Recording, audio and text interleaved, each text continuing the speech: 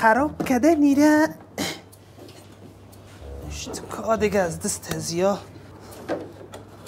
فهمت میام بویشان این همه شوق بوده که قندولک بچی دست؟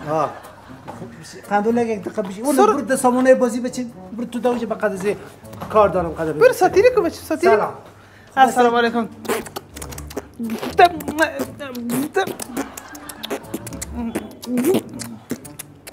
خوب هستین؟ خصوصیات خودم کودکستان تا نگه کودکستان دیگه ما 30 دانه معلم داریم کلش پروفیشنال است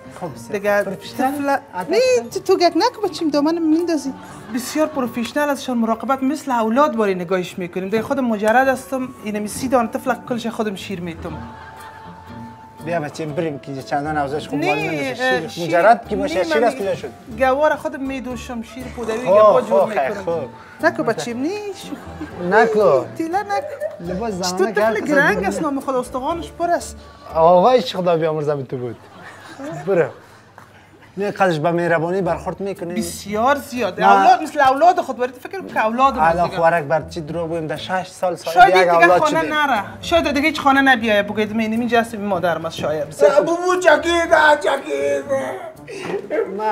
ما خاطر تو من قد خود میگردم ما اینی چیزا رو نمیتیم برشان چای کتش میتیم برشان بسیار خوب گلشان درد نگیره ما برم سر وظیفه برای بیغم باشم بیغم باشه که یک ممکنه اینجا بود فکر که در داخل خانه خودت است برو بخیر باران چه بابو باران نه باران نیست بابو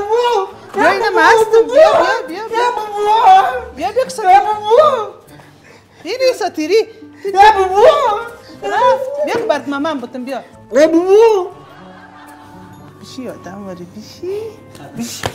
بیشی قدس شبا من کی کش میکنی بابو بابو بابو بابو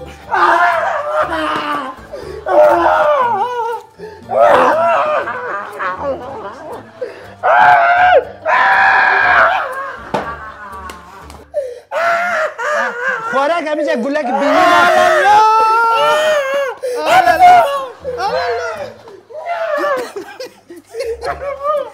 تو را میزدی خوراک؟ خواهش میدادم این قشق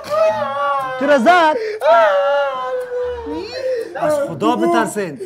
اولاد یک کس را چرا رقم میکنین میاره پیش شما به امانت میمونه بیچاره را هم پیسهش میگیرین هم اولادش لط میکنین گریان میکنه که من شیر نمیخورم برای من لوبیا بده لوبیا نقص داره گردیش خیلی بابو اتا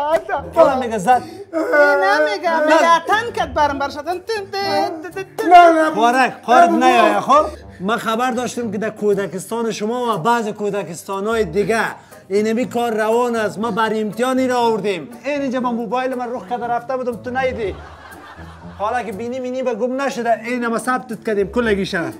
برو کسای دیگر را که در فیسبوک انداختن کجا گرفت که مرا بگیره برو دستت خلاص بیا یک روز یک حکومت صحیح خوب نه یک روز برو